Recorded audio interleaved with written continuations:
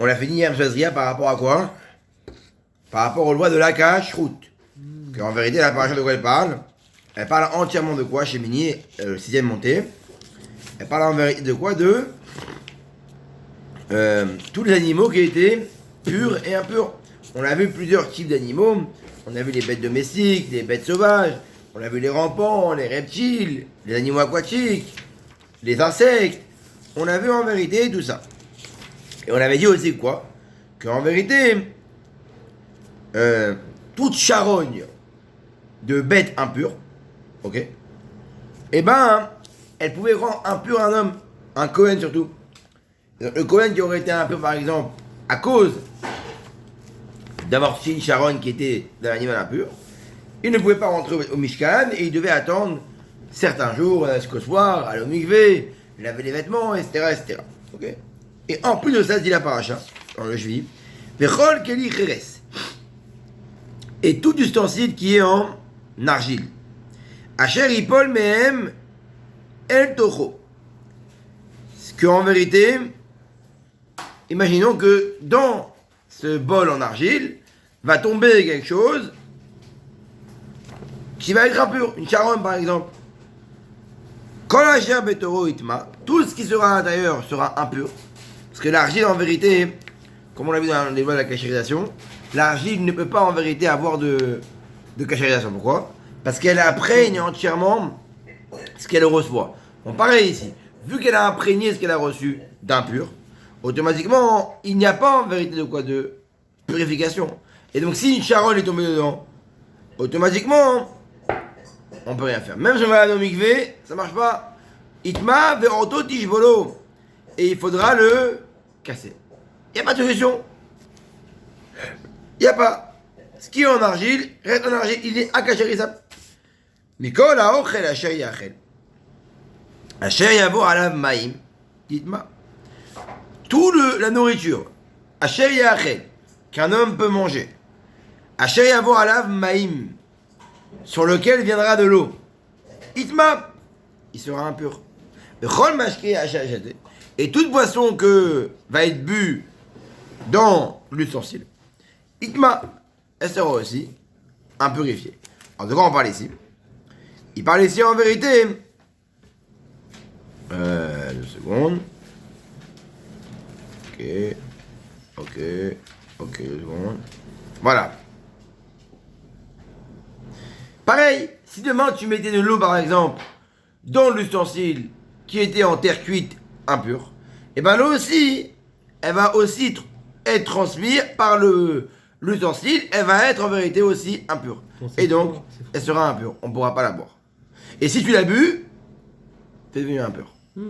Donc l'ustensile en poterie en vérité, ok, qu'un aliment en vérité, il peut en vérité avoir été. Et si maintenant on mettait cette eau-là sur un aliment, il serait aussi impur. Donc en vérité, l'eau en vérité, elle transmet ce qu'on appelle la touma. Elle peut transmettre ce qu'on appelle l'impureté. Il suffit qu'elle ait été en contact avec une chose qui était impure, et elle devient en vérité, elle aussi impure, et elle peut transmettre de l'impureté. Des fois, il y a des choses qui vont être impures, ok, mais qui en vérité, en étant impures, ne pourront pas transmettre l'impureté, comme le corona. Ah, t'es ça, mais t'as la pareil, même chose. Ça dépend de chaque chose. Mais Chola Sheripol minivlatam. Alav Yitma. Et tout ce qui tombera de leur charogne sur cet ustensile-là, il sera impur. Tanour vechiraim yutatz. Même dans un four, tu mettais une charogne, ou dans un fourneau, tu mettais la charogne de la bête. Pareil, il n'y a pas de solution. La seule chose, c'est quoi? De casser le pot. Tout ce qui est fait en terre cuite et qu'en vérité à l'intérieur on mettait une marmite pour que ça chauffe, pareil, même si tu mets au mikvé, ça ne peut pas être pur parce qu'ils sont faits en argile. Cependant. Si c'est un matériau poreux. Ouais, poreux, hazak. Parce qu'il n'y a pas de. Il y a trop d'absorption. Ouais. Ok? Cependant. Mayan ou bor mikvé maïm yetaor. Cependant, Mayan ou bor. Si de l'eau qui est par exemple, pas que tu as mis dans le pot, mais de l'eau en vérité qui est stagnée à terre, Donc un fleuve, ou en vérité, Ça circule. un puits. Comme ils sont rattachés à la terre, alors ils ne peuvent pas en vérité recevoir l'impureté. Donc si par exemple on mettait l'ustensile dedans, Ça reste- l'eau ne reste pas impure. L'ustensile reste impur, parce qu'on a dit qu'il n'y a pas de migvé qui peut l'avoir. Mais en vérité, l'eau du migvé ou l'eau du puits ou l'eau du fleuve ne pourra pas être impure. Pourquoi? Parce qu'en vérité, elle est rattachée au sol. Une eau qui est mobile et qui toucherait un ustensile en poterie, là elle devient impure et elle peut encore plus rendre impure une personne. Pourtant, c'est assez paradoxal. Tu prends pas Pourquoi tes chaussures justement pour pas qu'on pose des pieds au sol parce que le pied c'est. Non, ok, oui, c'est un peu plus par propreté. Mais bon, la touma elle réside à même le sol. Oui. Donc c'est ça qui est étrange quand même. La touma, oui, mais l'eau qui réside sur la terre, Ouais, c'est. donc l'eau classique de la terre, imagine-toi, elle devenait impure, il n'y aurait plus d'eau. Non, on est tous. On est mort, quoi. On est dead. Donc, ça c'est bon. Venogia benivlata mitma. Mais quand même, ne crois pas parce que comme l'eau n'est pas devenue impure, alors la chose que tu as rentrée dedans, elle va rester impure.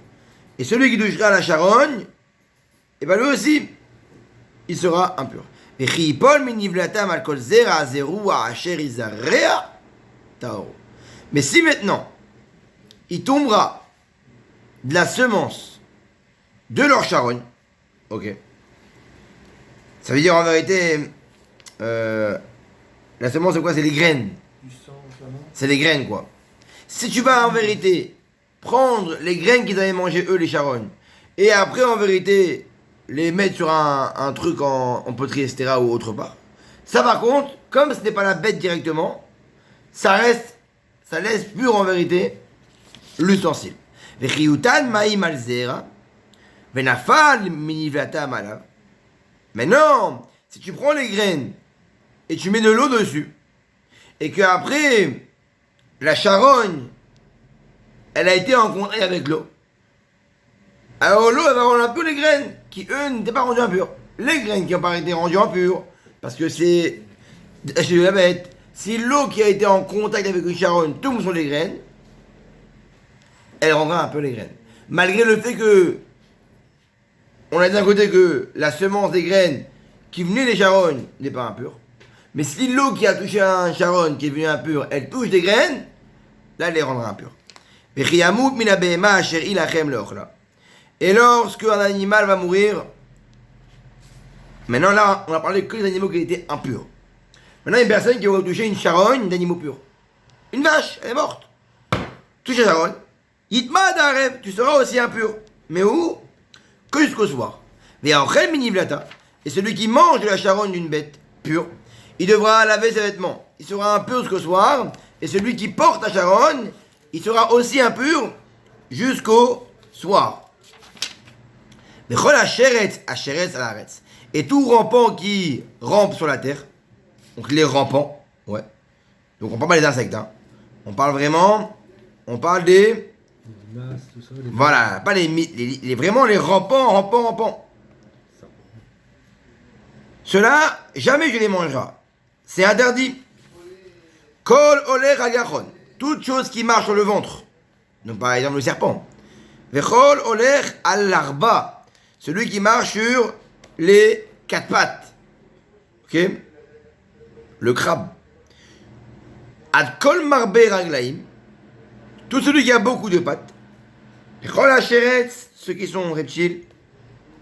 Ça, le mi-pattes. Il a plein de pattes.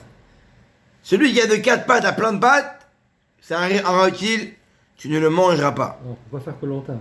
Évidemment. Al tijaketsu et navoterem.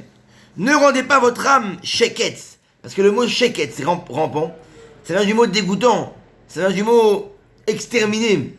N'exterminez pas votre âme par une chose qui rampe. C'est beau. Velo ditameu baem. Et ne vous rendez pas impur. Venit metem bam. Et si maintenant vous restez impur à cause d'elle, moi je vous traiterai avec impureté quand vous viendrez là-haut.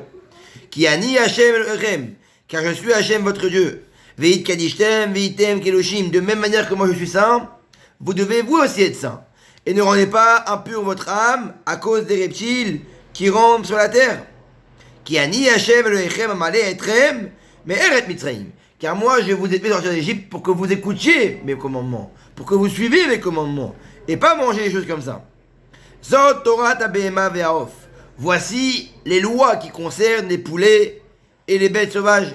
Vechon Nefesh Achaya, et toutes les bêtes vivantes qui existent dans l'eau. Ou les Chon Nefesh Aretz, et tous les reptiles qui sont dans la terre. Les Avdil, pour séparer Ben Hatameh ou Ben Hattaor, entre l'impur et le pur.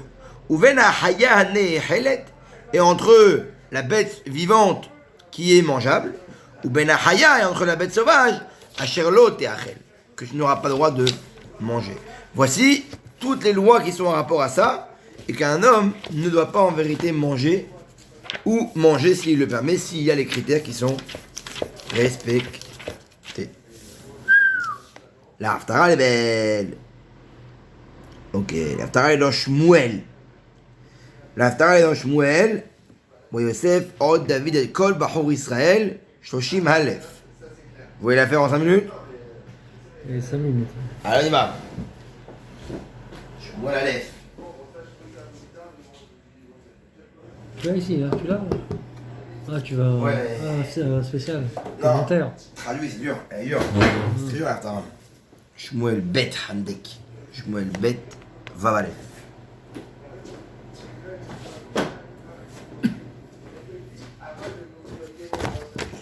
Avan yitchak malo pen yirbem והיה כי תקרנה מלחמה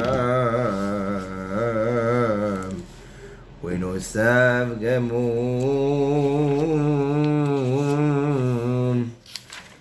על שוננו.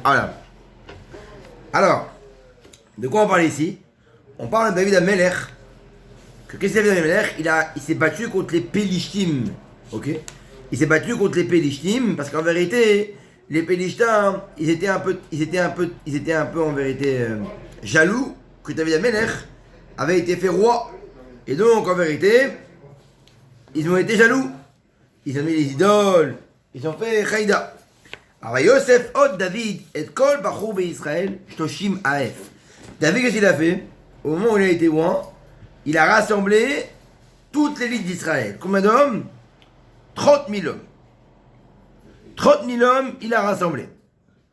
Parce qu'en vérité, David Amelech est devenu roi. Il s'est parti à Hebron. Ils sont tous rassemblés pour l'introniser, c'était obligatoire. Donc là, on a un deuxième rassemblement. Premier rassemblement pour l'introniser, deuxième rassemblement maintenant. Yaakov, il s'est levé. David Misham et Aaron Elohim. Ils ont pris en vérité, ils devaient faire venir le Aaron, la table, le boîtier et la loi.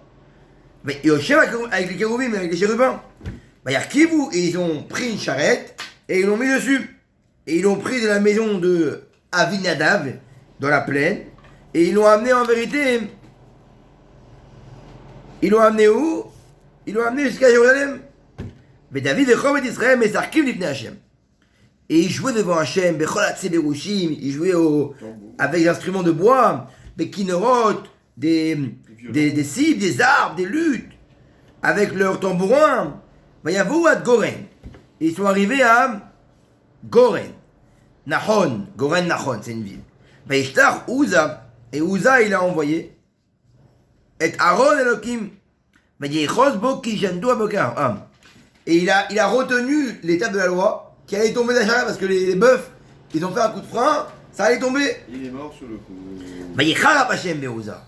Et Hashem il s'est énervé contre Uza. Et il le frappa sur place. Parce qu'il avait fait une faute. Parce qu'en vérité, Uza il s'est élancé vers le Aaron et après il a retenu. Hashem il a puni. Et qu'est-ce qu'il a fait? Il a fait quoi? Il est mort sur le coup. Il a tué directement. Frappe. Parce que c'est pas. Alors David très. Qui tourne la Torah, c'est la Torah. Vayichar les David à la Parat Hashem Peretz. David était étonné que Hashem lui a envoyé un coup aussi gros à Uza. Et il a appelé l'endroit Peretz Uza. L'endroit où Peretz, où il a sauté, où il a devancé Uza. Adéamazé. Vayira David et Hashem. Et Hashem, David il a redouté Hashem. Vayomer Ech Yavo Elay Aaron Hashem. Comment je vais mériter de pouvoir transporter maintenant cette arche? Vélo, Ava, David, la Asir, Hachem, Ali, David. David Amelech, il a pas osé amener le Aaron dans sa ville à lui. Il avait peur maintenant. Bah, il y a Théou David, Bet Ovel de Magichi. Et où il a ramené David Amelech? Où il l'a ramené dans Ir David? Là, il avait été lui. Il a ramené où le Aaron? À Obed-Edom. Dans la maison d'Obed-Edom. Un homme. C'est qui lui? C'était un Lévi. C'était un Lévi. Et c'était un portier. Et il dit, tiens, garde le Aaron. Mais Hachem, Aaron, Hachem et Bet Obed-Edom Agishi. Et il a laissé là-bas le Aaron à venir 3 mois chez Obed-Edom. Et Hachem, il a béni Obed-Edom. Il a dit, t'es un tzaddik. T'as gardé le Aaron. T'es un tzaddik, il a béni. Mais Yogad, les mêlés à David. Et David, il a su que Obed-Edom, il a été béni. Et qu'il a eu une chance de pouvoir regarder ça. Enfin, il a l'air David. Mais il était content, il a dit, allez, je vais aller là-bas avec les hommes, je vais aller récupérer le Aaron. Il faut que je le récupère, ça y est. Il faut qu'on fasse les réjouissances. Il a ramené, il a vu comme avec Hachem, il était peu énervé, parce qu'il avait béni au Valet d'Homme, alors qu'il avait joué avant Ouza. Là, il dit, c'est pas grave, c'est bon, je peux aller le prendre, je peux récupérer le Aaron, le ramener où? À Ir, David. Baï, Kitsaradon, Ose Aaron, Hachem, Chatzadi. Il y avait 6 porteurs qui avaient, dès que les porteurs, Mechila, ils avaient avancé le 6 pas, ils faisaient 6 pas, on faisait un sacrifice avec une bête grasse et un taureau. Tellement qu'il était content. 6 pas, 2 sacrifices. Et David, il dansait, et il avait le éphod. Il avait le éphod, c'est la tunique. Il était comme un fou. Et il sonnait chauffard. Et dès qu'il est rentré dans Ir David, le Aaron, Michal, la fille de Shaoul, elle a vu le roi David sauter, danser. Et elle le méprisa. Waouh. Michal, la fille de Shlomo, dès qu'elle a vu ça, elle a méprisé, fille de Shaoul, Michal, elle a méprisé David Amelech en le voyant danser. Pourquoi? Alors, il arrive, il met dans le pavillon, il y avait pour la place pour le Aaron, et il a ramené les holocaustes. Il a béni tout le monde. Et il a envoyé à tout le monde un gâteau de pain, une pièce de viande et un vin. Il leur a offert un cadeau, quoi. Tout le monde, il recevait quoi? Du vin, du pain et une pièce de viande. Et David, il est rentré pour bénir qui? Sa famille. Et Michal, la fille de Shaoul, elle a dit, combien tu t'es honoré avec Amelech aujourd'hui? Combien tu as montré aux esclaves? Combien tu t'es trop mis en extase? Elle nous reproche. Tu t'es trop mis en extase devant les gens. David dit, quel rapport? Moi j'ai fait ça pour qui? Pour Akadosh Baruch Hu. C'est devant Hachem que j'ai dansé. Et volontiers je serais prêt à m'humilier. Pour en vérité, je serais prêt à m'humilier pour Akadosh Baruch Hu. Ça me dérange pas. Et Michal, à cause de ça, à ce moment-là, elle a été punie. Elle n'a pas eu d'enfant à partir de ce jour jusqu'à la fin de sa vie. Parce qu'elle n'a pas compris derrière, il dansait pour qui? Pour Akadosh Baruch Hu, pas pour lui. Ah maintenant, on finit dans 2 minutes. Il dit, bon, Hachem, il a installé le Aaron dans la maison de David, dans le pavillon, il a dansé. Maintenant, le roi il vit tranquille. Hachem il le procure tout le repos. Il n'y a aucun ennemi qui est là. Alors David dit quoi? Il dit à Nathan le prophète. Il dit, voilà, j'habite un beau palais. Et il y a le Aaron qui est au milieu de mon palais. Alors, il dit, moi j'habite un palais de cèdre. Et l'arche de Dieu il est où? Il est au milieu d'une tenture. Entre guillemets, moi j'habite dans un truc de folie. Et quoi? Et Aaron, il est entre guillemets un peu méprisé, il est dans une tenture, quoi. Alors Adam me dit, fais ce que tu veux, fais ce qui me ressemble. Alors qu'est-ce que fait David? La nuit, cette nuit-là, Hachem est venu voir Nathan. Il lui a dit, va dire à David Amelech. Quoi? Tu veux m'ériger une résidence pour Hachem? Moi j'ai pas besoin. Depuis le jour où il n'y a plus le Mishkan, où il n'y a plus le Beth Amikdash, je t'ai donné une tente, moi, au Mishkan. Donc, tu veux me dire, tu veux me faire plus qu'une tente? Moi, j'ai pas besoin. Depuis que les Juifs sont en Égypte, je t'ai dit depuis le début, en Mishkan, c'est une tente. Donc, j'ai pas besoin. Est-ce que je leur ai dit, moi, faites-moi une maison en cèdre? Non. J'ai pas eu besoin. Abdayoun. Donc dis-lui qu'en vérité, garde ce que tu veux, garde ta tente, garde ça. Moi j'ai pas besoin de ça. Pas besoin de ça. Moi je t'ai fait le meilleur des rois. T'inquiète pas, moi je sais Hachem où est ma place. J'ai pas besoin de ça. Et il dit, quand tes jours seront accomplis, t'inquiète pas, tu auras une progéniture. Donc il bénit en vérité David Améler. Il me dit juste, ne me fais pas à moi une tente. Ne me fais pas plus qu'une tente. Moi je m'ai fait une tente pour moi dans la maison de David, et pas besoin de plus. Et ce qu'il dit, qu'il croit à des varim à elle, et toutes les paroles que Nathan il a eues en rêve, il a répété à David Améler. Et David Améler il a accepté, mais après on voit qu'il lui a parlé à Hachem. Et David Améler il a demandé à Hachem pourquoi j'ai mérité ça, d'avoir tout ça pour Hachem. Et il lui a répondu parce qu'en vérité, je t'ai monté grand, tu as été un grand homme, et donc tu as mérité tout ça. Voici l'Haftara de la paracha. Mazak. C'est par hasard.